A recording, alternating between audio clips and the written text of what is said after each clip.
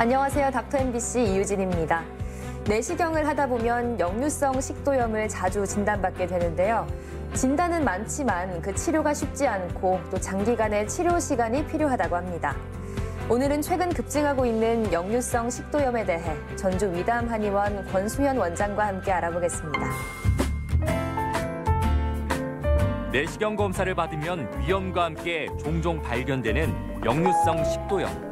때론 호흡기, 심장질환과 혼동을 일으키기도 하는데요.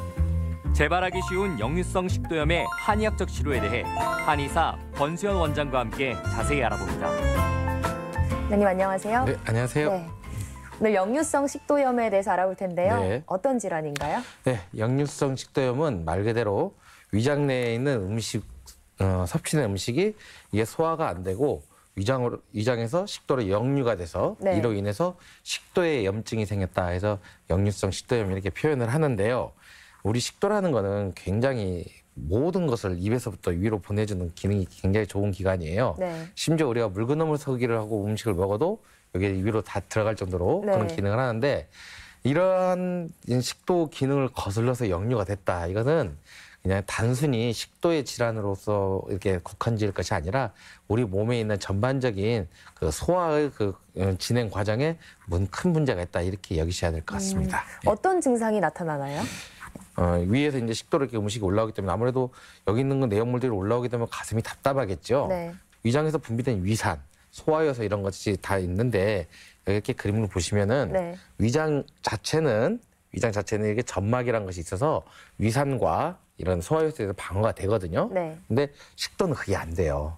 그래서 이런 위산과 음식의 이 복합체가 역류가 돼가지고 식도를 자극하게 되면 이것이 이제 염증을 일으키고 이게 이제 우리가 느낄 때 쓰라리다 이렇게 표현을 느끼는데 이런으로 인해서 이제 식도에 상처도 생기고 우리가 이제 가슴 쓰림 네. 이런 걸 느끼게 되고요. 그리고 이것이 여기서 머무르는 게 아니라 더 올라가게 되면 아무래도 목 쪽으로 계속 압박이 받게 되잖아요. 네. 신물이 역류된다 이런 말을 많이 쓰고요. 네네. 또 이렇게 신물이 역류가 되면은 트림도 막 자주 나오게 되고 입맛도 쓴맛 나오거나 환자분들이 이유 없이 천식, 기침 이런 인후성 질환 이런 것도 많이 일으키고 목도 잘 새고요. 환자분들 요즘 많이 표현을 하시는데 목에 이물감을 느낀다 이렇게 표현을 하시거든요. 네. 이런 여러 가지 성대에 관련된 질환까지 포함할 수가 있습니다. 많은 증상들이 있는데요. 네. 그러면 이런 역류성 식도염은 왜 생기게 되는 건가요? 위장과 식도 사이에는 이 관략근, 식도의 하부 관략근이라는 게 있어요. 네. 자, 얘는 이렇게 밀봉을 해주는 역할을 하거든요. 네. 밀봉을 해서 여기 있는 것들이 안 넘어오게끔 해주는 역할을 하는데 그렇다면은 이것이 이제 약화되는 원인에 대해서 이제 알아봐야 되는데 첫 번째로 이제 소화가 잘 안 되는 음식, 뭐 기름에 튀긴다든지 구운 음식 이런 음식이 위장 내에 오래 머무르게 되면은 이것이 소화가 안 되고 위장 내에 머무르면서 여기를 자극을 해요. 이 식도 하부 관략근을 자극을 해서 여기가 또 헐거워졌다 이렇게 표현할 수가 있고요. 네. 그 외에 뭐 흡연 내지는 뭐 음주 이런 것도 여기에 이제 자극을 줘서 더 여기가 헐거워지고 우리가 밥을 먹고 나서 또 바로 눕잖아요. 눕게 되면은 여기 있는 내용물이 이렇게 누워지게 되면 자극을 할 수밖에 없어요. 네. 그래서 또 약화될 수가 있고 그 외에 이제 뭐 살이 많이 쪄가지고 복압이 많이 증가되는 경우 다시 이제 그걸로 인해서 또 자극을 많이 하고 네. 임산부들도 어쩔 수 없이 여기 자극을 받아가지고 여기가 이렇게 약화된다 그렇게 표현을 하고 있습니다. 네. 예. 뭐 생활 습관이나 식습관 전반에 좀 주의가 필요할 것 같습니다. 네. 이 역류성 식도염은 꼭 적극적인 치료가 필요한 질환인가요? 아무래도 위산이 역류가 돼서 많이 쓰라리기 때문에 거기에 대해서 제산제라는 걸 써가지고 위산을 억제를 시켜주면은 좋아졌다 생각을 하겠지만 네. 이런 것은 약을 끊어버리면 바로 재발을 합니다. 역류성 식도염이 계속 반복되고 오래되는 건데 원인은 만성 소화불량에 의해서 그러는데요. 즉 우리가 섭취한 음식이 이게 바로바로 십이장으로 내려가지 못하고 위장 내에 오랫동안 머무르는 이러한 걸로 인해서 이것이 역류로 해서 역류성 식도염이 생기는 건데요. 우리 몸 전체 소화기능 여기에 이상으로 봐야 되고 이 소화기능 이상이 된다면은 우리가 칼로리 섭취라든지 생활하는 데서 필요한 영양소를 영위할 수가 없게 돼요. 네. 그러므로 당연히 치료를 해야 되고 이 심혈관 질환의 원인이 될 수 있으니까 이에 대한 치료는 꼭 해야 된다고 봅니다. 이런 치료는 어떻게 이루어지나요? 어느 정도 단계가 지나잖아요. 네. 그런 경우에는 단순히 이런 섭생 외에 아까 말씀드린 만성 소화불량에 대한 적극적인 치료를 해야 되는데요. 위장 내에 음식이 머무르지 않으면 적당히 머물렀다 내려가면 역류성 식도염은 낫는다. 이거에 대한 항상 그 메커니즘을 기억하시고 네. 치료에 있어서 항상 만성 소화불량을 치료해야 된다. 이걸 염두하셔야 될 것 같습니다. 만성 소화불량을 치료할 때 네네. 뭐 말단에서부터 치료를 한다 이런 말씀도 들어봤었는데요. 네. 그건 어떤 의미인가요? 만성 소화불량은 위장부터 해서 심한 경우는 여기 목에서부터 항문까지 거의 정체되어 있는 그런 양상인데요. 이러한 전체적인 소화 공정이 있어서 섭취된 영양소는 이 소장에서 흡수가 돼가지고 간 문맥으로 가고요. 대소변으로 배출이 되는데 네. 특히나 이 대변 쪽으로 배출되는 거나 이런 이 영양소로 흡수되는 거나 이런 거에 있어서 이러한 전체적인 공정이 멈추게 돼버리면은 이위에서부터가 진행이 안 돼요. 네. 따라서 이러한 경우를 제가 리버 클렌징 간 정화라고 하는데 간에 있는 노폐물을 한번 싹 이 대장 쪽으로 싹 받아들여서 대장을 통해서 대변과 함께 간에 있는 노폐물을 보내주는, 즉 밑에서부터 소화 기능에 물꼬를 이렇게 터주는 치료를 해주면은 네.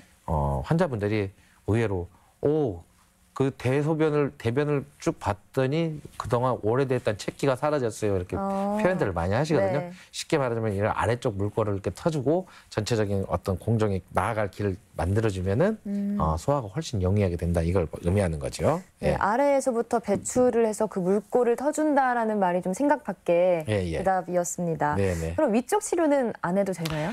이제 그렇게 물꼬가 딱 트이면 네. 이제부터 위에서부터 차근차근 치료를 해야 되는데, 아까 항상 이 문제가 되는 이 식도 하부 관략근, 여기는 음식을 역류하게끔 막아주는 역할도 하지만 네. 반대로 식도에서 들어온 음식이 위로 잘 내려가게끔 해주는 역할도 해주는 것이거든요. 네. 여기에 체기가 많이 발생을 해요.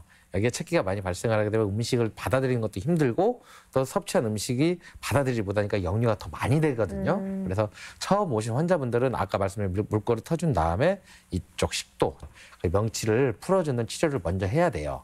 그래서 이 명치 치료가 다 끝나신 환자분들은 네. 이제 본격적인 위장의 치료를 해야 되는데요. 네. 위장은 아무래도 전체 소화 공정이 있어서 가장 많은 역할을 하거든요. 그래서 만성 소화불량이나 전체적인 소화 메커니즘에 있어서 위장 자체의 활동성, 운동성을 올려주는 치료는 모든 치료의 가장 큰 부분을 차지한다고 볼 수가 있습니다. 역류성 식도염을 앓고 계시는 분들이 특별히 더 조심해야 되거나 주의해야 되는 그런 식품이 있을까요? 튀긴 음식, 네. 인스턴트 음식, 구운 음식, 이런 음식에 대해서 좀 피하는 게 좋고요. 의외로 과일도 역류성 식도염을 많이 일으키거든요. 그래요? 좀 생과일, 이런 생것에 대해서 음식을 좀 피해 주시는 게 더 중요하고요. 또 소식, 가급적이면 조금 먹는 것도 굉장히 중요하겠죠. 네. 그다음에 뭐 흡연과 음주는 아까부터 계속 강조를 하게 되는데 이런 것도 좀 주의하시고, 또 음식 먹고 나서 뭐 눕는다든지 내지는 밤늦게 먹는 야식 이런 것도 가급적이면 피해 주시는 게 좋을 것 같습니다. 네. 네. 역류성 식도염으로 인해서 불편을 겪는 환자분들께 한마디 부탁드리겠습니다.